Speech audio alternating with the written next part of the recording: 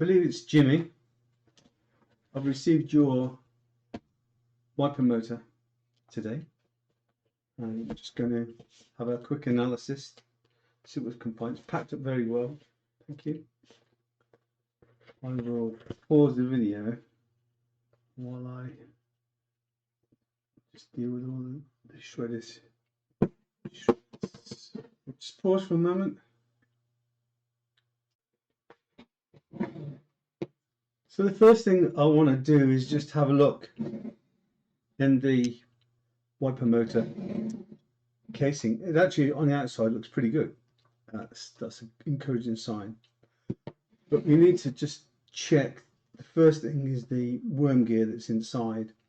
Now I believe this has been reported as maybe having two problems. A couple of things. One for sure was that it was actually smoking and smelling, or both. Right, so I'm just going to take the pulse module apart.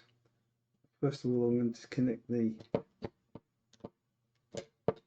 wiper windings there, and then we can just release the clips, and then the pulse module should come off quite easily. So the pulse module is free, that's okay, and it looks very good. There's no signs of corrosion in there, so that is a good sign. I'm going to power it up to see what it does. I'm just going to pause while I just set things up. Okay, if the sound quality has changed, it's because I've taken off the noise suppression, because the last time I did this, the noise suppression just hid the true nature of the motor noise. It just completely eradicated it. I've connected it to 12 volts. I can't remember whether it's the red and the black for speed 1 or the brown and the black, but we'll just you can see that we're drawing a lot of current. Ooh, a lot of current.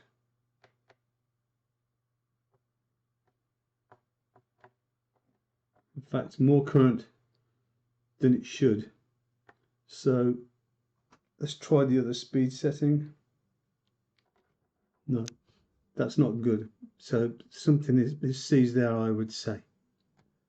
We'll ignore any kind of feedback from that at the moment. So we're going to take off the drive gear, which should just pop out, which is quite tight. Drive gear is quite tight. We'll put that on a rack. But looking at the actual gear, it looks fine. The shaft looks fine.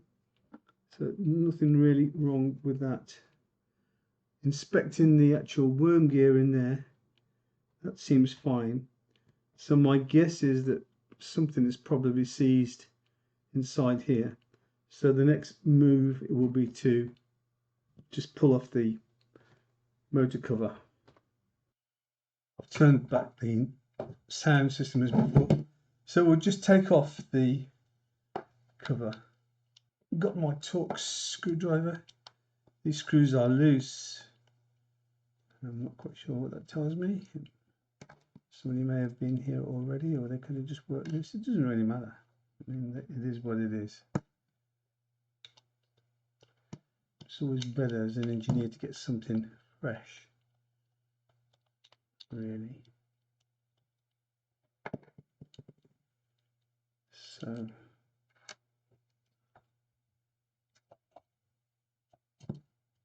and there we go. Right. So the problem has now become obvious. Right. The internal magnet for the motor has become unbonded from the case. I've never seen that before. And that would cause this to jam. The bearing feels fine, everything feels fine. But that would be the reason why that isn't working. Now that's a question I've never considered. is how you manage to bond back in the magnet and how to make sure that you got the magnet in the right way around. That I can do because I have one of these that I can look inside.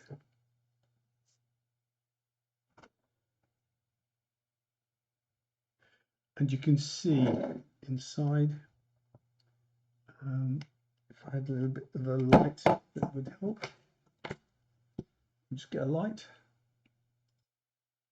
Okay, I've got a torch light. I'm going to shine that down inside. You can see where the magnet was bonded onto. So that's the reason why we have a problem with that. I noticed they've changed the design on the case. I think that's supposed to be a bearing on the end of there, and that is actually seized on solid to the end of that shaft. I've never actually managed to see that bearing before. I don't think for 1 minute that that's supposed to be on there like that. And whatever was holding that in is now missing. I have another one of these, and I'm just going to go and get it so we can do a comparison. There we go. She's coming apart. She's coming.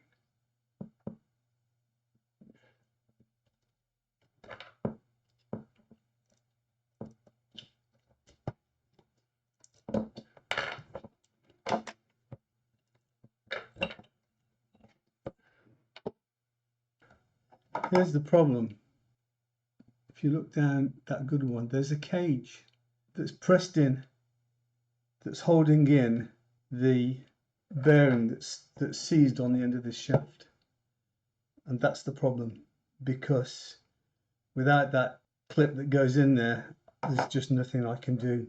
There is no, I mean, somehow we've got to get that off that shaft as well, which we could probably do. But that is seized on the end of there, and the bit that's in the bottom there, which is the bearing for the shaft end, is missing. That's a problem, and we need that bit that goes in the cover, and that is missing. It may be there, and somehow we've got to get bond the magnet back in. I can imagine that we could probably bond the magnet back in. We could soon clean up the case and clean up the magnet and put some kind of bonding agent on there, I'm sure. It is a little bit rusty inside the case. The actual bearing, that bearing feels fine. There's no play, there's no backlash, no play. It looks really, really good. This part, apart from the fact we've got this bearing seized on the end here, I don't know why that would be. I would have to try and get that off.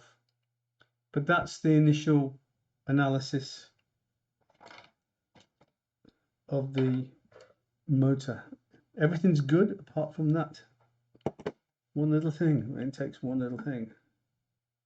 So you can see there's the 8-sided clip that's in there, that's obviously been pressed in under pressure to hold that bearing in the bottom there, that kind of like spherical bearing.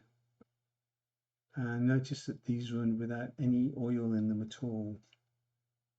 That's the way that they should be. And if you compare to this one, you can see that the thing at the bottom has been pressed in. Just to note, that's what it should look like on the end there when it comes out. So I couldn't even put those parts in mine to make up another one. That's just not possible. The little bearing that we see, it looks like a solid bearing, probably a solid phosphor bronze bearing, and that came off really easily. It just tapped off. You can see there's a bit of brown brunelling gone on there where it's been tight. It was just pushed up one end, that was all. So that was free. Two problems remain: is the magnet, which I think we can overcome, but the one thing I don't think we can overcome is the little star washer that's missing, because without that there's nothing to retain that bearing in place. It is in fact an optical illusion. That is the correct washer, and you can see that the little prongs do stick up. It is free to move. What has happened is that little bearing is pulled out, and somehow we've got to get that bearing back in behind those spring-loaded prongs on that washer. How we do that, I just don't know. That's the task that we're faced with. It could be that it's overheated and it's just kind of got bonded on the end, and when the cover came off, it pulled that bearing out of that clasp that's on the bottom there. We'll see what we can do. What I do have is some Scotch-Brite, it's like Brillo pad really, and then I've got some fine emery, and we just need to just clean off that browning on the side there. So I'm going to give this a whirl. The plan is to try and run, just to prove that everything's okay, to run this in my housing and see if the rest of it works. There's no point in going any further if these windings are shorted out. So you can see that's cleaned up remarkably well. Probably only taken off the first 0.1 of a micron of surface, and we'll do the same on the bore of the bearing by making a little tool just to spin this round, just to lick up the inside of that and get any surface grime off it. I think that should do it. Might just increase the force on the inside there just a bit. That feels like it's really working now. I would say that will have cleaned up the inside of that phosphor bronze bearing at no end, and we can just try that one here.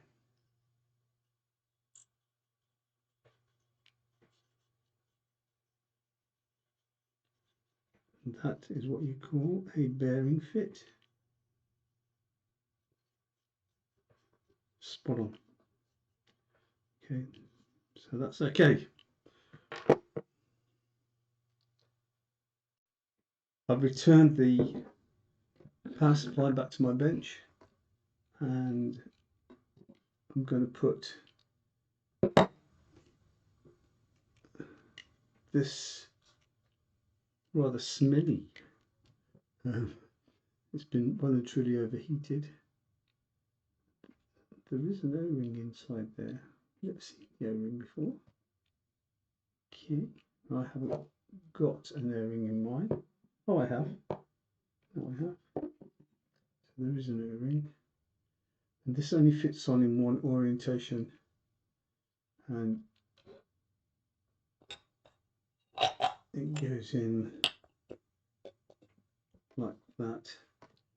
So we'll screw that up and turn it on and see if that motor actually turns. I suspect it probably will, although I don't know. So I'm just going to kill the noise filters again so you can hear it. So the noise filters have been cancelled, and I can just put a little power on here and just see if we get any kind of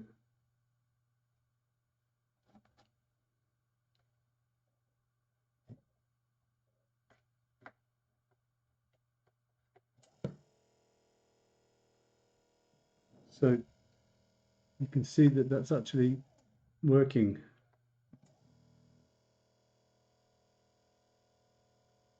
Right, taking about an amp. Can't remember the exact figures before.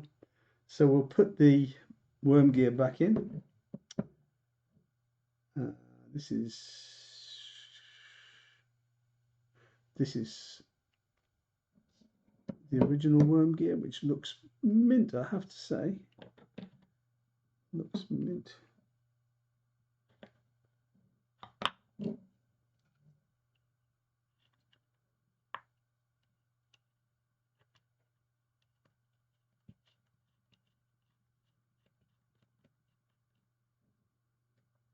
Back in there. We can put the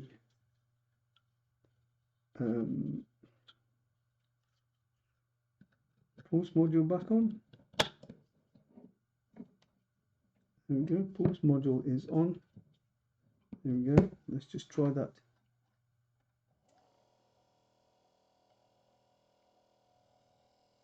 So that sounds fine.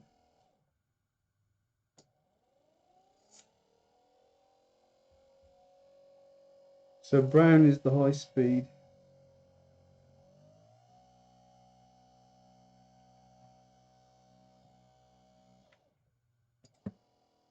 Low speed, high speed. I think I need my full boost on that.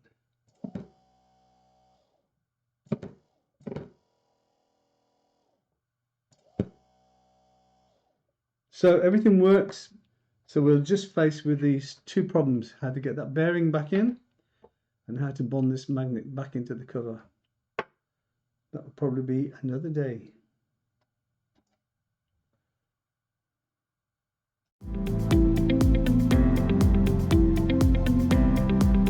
Thank you for watching this video. Please give it a thumbs up, share and subscribe. Oh, and don't forget the alert bell.